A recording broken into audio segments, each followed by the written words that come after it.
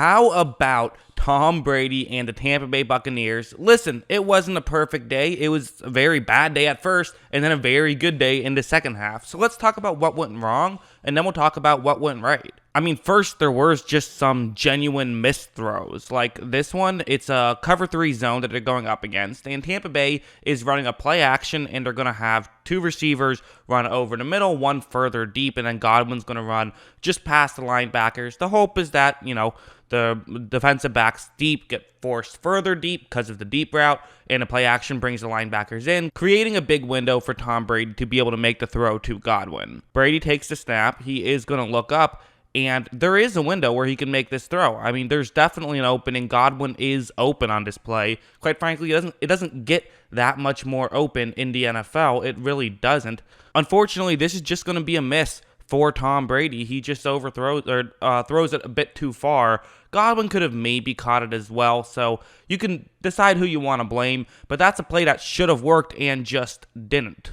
Honestly, the biggest issue you can see on this play, this is a good example of their biggest issue all season. It's something I've been harping on for a really long time, and it's their Blitz pickup has been, at times, just brutal, and it's cost them games, and it could have cost them this one. It certainly was a real problem in the first half, and this play is a good example of it. So I've marked on the screen where Tampa Bay's center and right guard will be blocking, and then for Atlanta, they're going to have a player just run in between them. So this is basically a good concept to get someone through the offensive line, and for Tampa Bay, the best way to counteract something like this would be to have a halfback run into him. That's what you want to have happen. So Tom Brady is going to fake a handoff to the halfback, and now he's out of position. Not horribly out of position. He could still run over. This is Vaughn, by the way, their 3rd round pick this year. He could run in and try and make a move and just sort of deliver a blow to give Brady a little bit more time. So he could do that. But I also think it's worth mentioning, why is he out of position to begin with? Because there was a play action.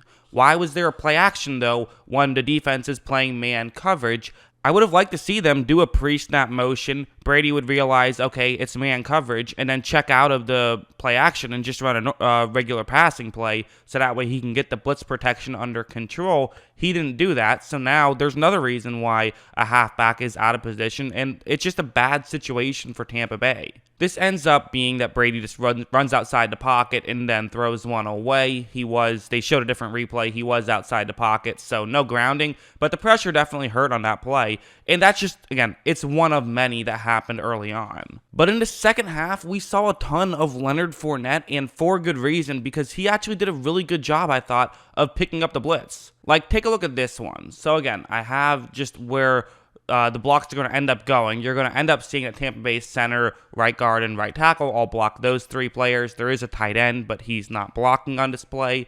And so for Atlanta, they're going to have another player swing over, and he's going to run into the A gap, in between the center and the right guard. That's where he's going. And so again, it's on the halfback, this time Leonard Fournette, to be able to pick that up. But watch Fournette. He gets to that gap quickly, and he quickly delivers a hit. He picked up the blitz and is now giving Brady time, and Brady knows he has time as well, so he can just look around, see where he wants to throw, and then make a throw. Now, Brady is still throwing this ball pretty quickly. I think he was still just in the mindset of when there's a blitz, he doesn't have much time. But really, as the game went along, Leonard Fournette gave him more and more time and allowed Brady to feel more and more comfortable back there. Brady hits Gronkowski. They only pick up 5 yards on that play. It's nothing crazy, but that's just, again, it's an example to show that the blitz pickup worked a lot better in the second half, having Fournette out there a lot more and really having him and Brady sort of put an extra emphasis on picking up those blitzes. It really worked for really the first time all season. They also did something like this, where what Atlanta was doing to some degree was having pressure off the edge, like right here. They're going to have a defensive back. It's a safety. He's going to blitz right here because they want to get pressure from different sides.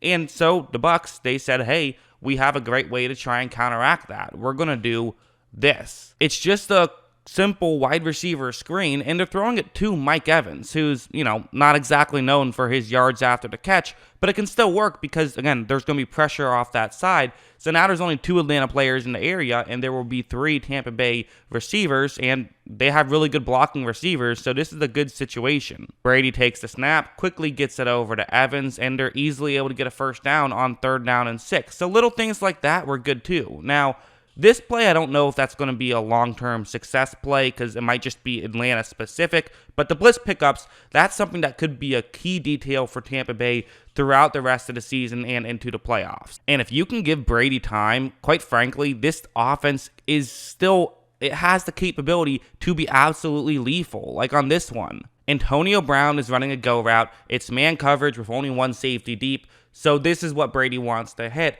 And again, early on in this game, you couldn't even think about a play like this because they didn't have time, and part of why they wouldn't have time is because when Atlanta would blitz, Tampa Bay couldn't pick it up. Now Tampa Bay is picking up the blitz. They have more confidence to throw the ball downfield, and they can have more success doing that. So Brady takes the snap, and you're going to see when he throws the ball, Antonio Brown's wide open. And the reason for this is because you have a safety covering Antonio Brown. I mean, the reality is, with this offense, even if the opposing defense knows that a passing play is coming, you have Antonio Brown, Chris Godwin, and Mike Evans. You want to double team Mike Evans? Okay, great. Now you have a safety trying to cover Antonio Brown. Good luck. I actually beg your pardon. So I said it was a safety because I saw 44. It's not a safety, it's a cornerback. When I went to do research on this player while recording this video, I found out that this is a guy who was an undrafted free agent coming into this season. So undrafted free agent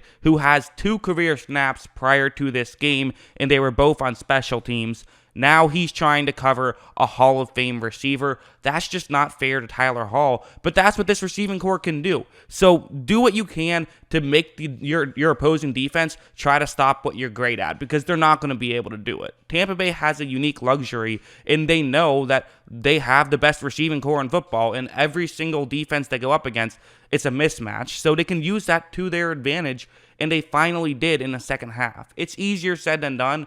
There are still ways you can stop this offense, and there are still things they have to improve upon.